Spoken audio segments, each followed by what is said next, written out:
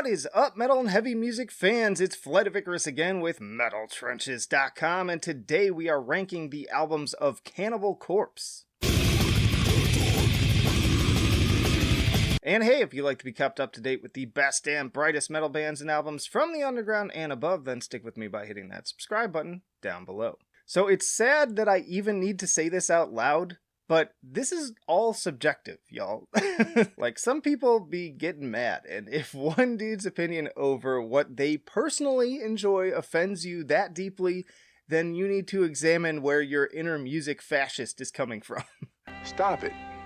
Get some help. But by all means, share your own favorites in the comments, and let's just celebrate diversity of opinion and, above all, our shared love of Cannibal Corpse, because that's what we're here for. So, that out of the way, let's start right from the beginning with Eaten Back to Life in 1990 with my good friend Chris Barnes, that I love him so much. He's brought me so much joy, right? Anyways, this is a landmark album, and it actually holds up pretty well. Going back and listening to these, I had not listened to this one in a long time. It's got solid riffs. I love the buzzing insect sound of Edible Autopsy. There's some cool bass rumble on this thing and D-beat on Put Them to Death. It really is amazing to see how far they've come, but ultimately it's a pretty solid album. If I were giving it a grade, I'd give it a C+, because in comparison to the other albums, it's still kind of on the lower end of the scale, but I'm going to go ahead and put that right there. Next, we've got Butchered at Birth from 1991. Legendary album. This is Chris again, obviously. Deeper, brutal vocals on this one. I will say, as a kid, when I first discovered this, it kind of cracked me up. But it's pretty cool to just think about how different this sound was at the time. Nowadays, I want a little bit more variety in my vocals. Also, the production on this one's kind of tinnier than some of the other albums, in my opinion. But great songs on here. Gutted, Vomit the Soul, Innards Decay. I'm going to go ahead and put it at A tier. Plenty of people would put it at S tier, but again, I think it deserves to be, up there for its legendary status, but saving that S tier for some real heavy hitters. Next, we have Tomb of the Mutilated from 1992. Hammer Smashed Face, y'all. Hammer Smashed Face. I think this was probably my introduction to the band. Great tracks on here, too. Besides that, I Come Blood, Split Wide Open. We got some thrashier riffs on this thing, too. I like the hypnotic cyclical quality of Addicted to Vaginal Skin. And if you ask me, this is better than Butchered at Birth. Speaking of S tier, I'm going to go ahead and of the older albums, this is probably my favorite. So I'm going to put that up there. Then we have The Bleeding from 1994. This was actually their most successful album to date. It's the 5th top-selling death metal album in the US with over 98,000 copies sold. So quite an achievement for a death metal record.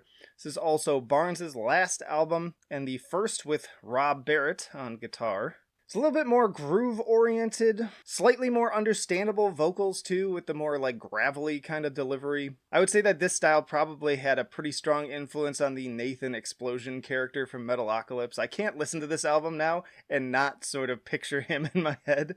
Favorite tracks on this one, Fucked with a Knife, that bass break especially. Pulverized. I also like these slower, more atmospheric moments, like the opening of Return to Flesh. I'm going to go ahead and put this at A tier and just a notch above Butchered at Birth, too, I would say. I know some people, this is their favorite, too, so don't get me wrong, it belongs near the top. Alright, and then in 1996, we get Vile. This one has kind of a similar opening, I noticed, re-listening again to all of them back-to-back as Kill. And then, of course, Enter the Corpse Grinder. This is our first one with him. More vocal dynamics coming around on this album. We're brutal again, but alternating the low grunts with the raspy highs. Favorite tracks here, Mummified in Barbed Wire, Disfigured, Eaten from Inside. It's good. I wouldn't say it's quite as good musically overall. It's not that memorable to me. This is another album I hear brought up quite a bit, but for me, it's just kind of B tier. Not quite C tier, but it's sort of teetering. It's kind of like B- for me overall. 1998, Gallery of Suicide. This is the first album with Pat O'Brien on guitar.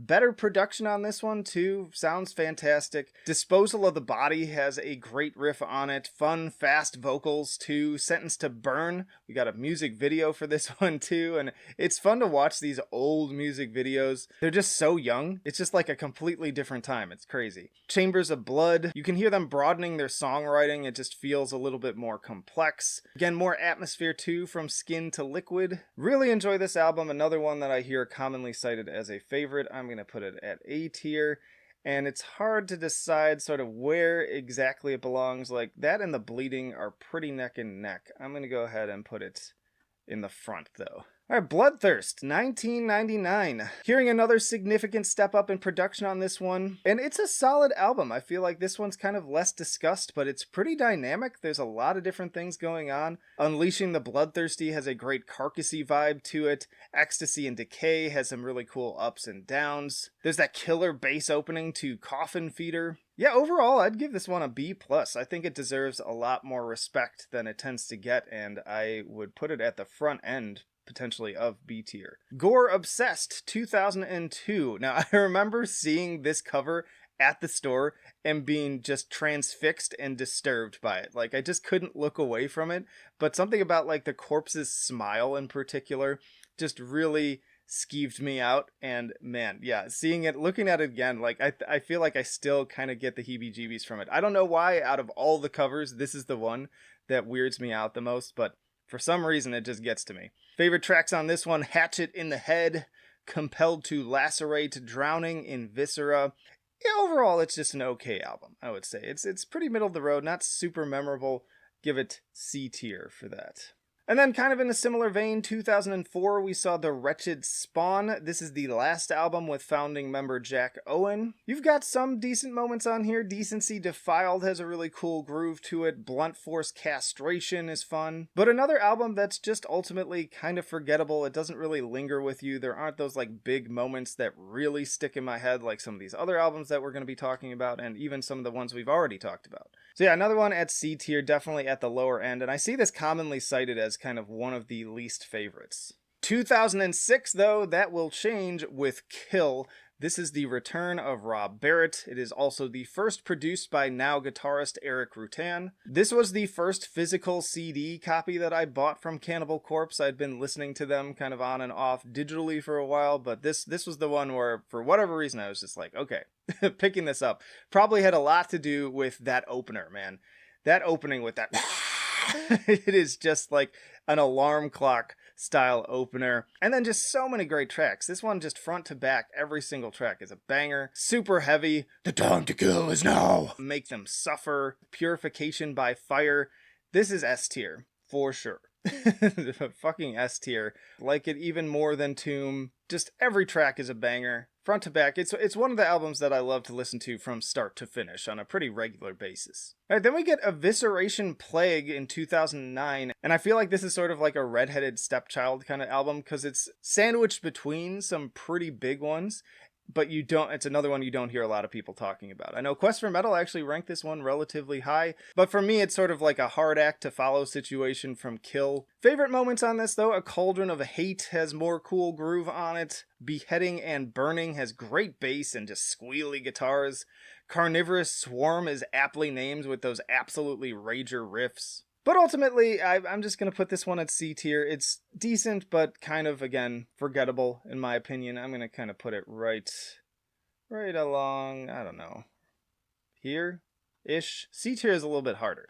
The one thing I know about C tier is I actually like the debut probably the most out of these C tier albums. Alright, and then another big one, we have Torture in 2012. This one made US Billboard 200 at number 38. Pretty impressive stuff. And so many standout moments on this one. The big sludgy intro of Scourge of Iron has Morbid Angel Where the Slime Lives energy to it. Great way to showcase the very solid production. Honestly, I think the production on this is like perfect. It's still got that rawness and ruggedness to it, but it's balanced with like you can hear everything perfectly. There's not like peaking issues. Like the issue with Kill is that it's kind of like over loud to the point where I feel like it even like peaks the audio at times. But here not so much. Like I think this is one of their finest hours when it comes to the mix. And then great dynamics too. There's a nice stomp to some of the slower tracks, and then alternatively ragers like Demented Aggression and Sarcophagic Frenzy. Also, the concept of Encased in Concrete still terrifies me to this day. As good as that track is, I tend to kind of avoid it, and especially the music video, because that claustrophobia aspect of it, the whole like buried alive thing is something that truly terrifies me. Very fun technical guitar work all over this thing too, woven together with memorable melody. I'm thinking Intestinal Crank, Followed Home Then Killed. And then the bass on the Strangulation share, forget about it. This one just has a lot of personality to it. Each track stands out. It is another S tier album. In fact, I'd put it potentially a little bit above Killed. And then, of course, it wouldn't be a Metal Trenches tier list without a few hot takes. I've shared a few already, I'm sure, that have upset people. But here's the one that I'm really interested to see people's opinion on. So, A Skeletal Domain, 2014. This one also made Billboard at number 32. I think this album is vastly underrated. Every song bangs. Like, everybody talks about the amazing scream along of "Fire up the chainsaw!" But there's so much more to this album than that. Like, no doubt that is a fantastic song, but there are so many other scream along moments and just amazing guitar riffs too, but especially like High Velocity Impact Splatter has a great scream along to it. And another case kind of like Torture, where every track has its own personality, brings something sort of different that actually you think of. Like, you can separate them out. They don't start to run together. It's almost like a death metal take on a pop structured album. Also a more melodeath sound to the guitar riffs without losing the brutality though, which is perfect for me because I love me some melodic death metal. The end of Ice Pick Lobotomy is pure fire. There's also wicked super long solos on Vector of Cruelty and Asphyxiate to Resuscitate. Then of course there's the title track, and then Funeral Cremation is a banger as well. To me, this is sort of their most complete work, and I could really even alternate this one with Torture. I know everybody seems to agree that Torture is fantastic, but they do not agree at how good A Skeletal Domain is. For me personally, this is my favorite Cannibal Corpse album. Hands down. It is just every moment of it. Like, there is not a single second where I'm not fully engaged, fully engrossed, which is pretty impressive for like a brutal death metal album, because honestly, this genre overall, I'm not like the biggest fanboy of. So yeah, this is definitely going to be a very personal pick for me. Again, if you're getting mad about this, you are ridiculous. Chill out. Let me know why you feel differently down in the comments, and we'll have a discussion about it. Alright, and then we have Red Before Black in 2017. This is the last one, again with Pat O'Brien. It's a good album. It's not as good. I'm really interested looking back at like reviews. I was kind of looking at other people's opinions as I was going through this too, just to kind of get like a broader take on it. And the consensus seems to be that this is better than A Skeletal Domain, and I just don't agree with that at all. For me, it feels like kind of a small step back. The production just doesn't feel quite as full. I'm not as engaged by it, too. Just something about it feels less fun, less consistent. So yeah, if you're a big fan of this album, help me understand what I might be missing. Obviously, there are some great moments on here, too, though. Only One Will Die. Another great scream-along moment, too, with Red Before Black. Also enjoy In the Midst of Ruin. But yeah, overall for me, it's just kind of B tier. And I would put it pretty high up on B tier, I'd say. Probably at the front of that. It's above average, but okay. And then finally, our latest album, Violence Unimagined from 2021. If you want my full thoughts on this, I have a full review up that you can check out right now. I'll put a little card for that right there. This is the first to feature Eric Rutan as a full member in addition to his continued production duties. And again, it's good, it's not great. I'd say it's kind of on par with Red Before Black. The first half is fire. Like, so many ragers on the beginning. It kicks off with Murderous Rampage. Then you get Necrogenic Resurrection, which is probably my favorite on the album. You got the big single too with Inhumane Harvest. Lots of great scream-along moments on this as well. I also like Surround, Kill, Devour. Ritual Annihilation is a fun, slower track with this kind of sludgy aspect to it. And then in the second half, my favorite is definitely Over Torture, which is just a total grinder. Again, solid album, and, as you're looking at here, there are no Cannibal Corpse albums below a C, I would say. They have not made a below-average album. They have a few kind of average albums by comparison, but there's no, like, D tier or F tier stuff. And they've maintained a solid consistency for these later albums, especially, too. I'm going to go ahead and put this one at B tier, probably just after Red Before Black. And so I think overall this kind of represents my rankings. I could, this is all sort of fluid, it's not set in stone. So more or less from worst to best, we are looking at the Wretched Spawn, then Gore Obsessed, Evisceration Plague, Eaten Back to Life, then Vile, Bloodthirst, Violence Unimagined, Red Before Black, Butchered at Birth, The Bleeding, Gallery of Suicide, Tomb of the Mutilated, Kill, Torture, and my personal favorite, A Skeletal Domain. So yeah, those are my rankings, and again, that's me. Now it is your turn down in the comments.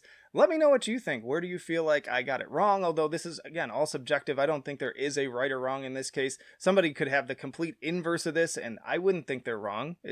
The music hits you differently. So yeah, let's talk about that down in the comments. What's your favorite? What's your least favorite? And why? And then stick around. I got plenty more videos coming right after this one. More of these tier lists, but also full album reviews, interviews with bands on the podcast. And then also join us on Discord and support on Patreon. But that'll do it for now. Flight of Icarus signing off. I will see you in the trenches.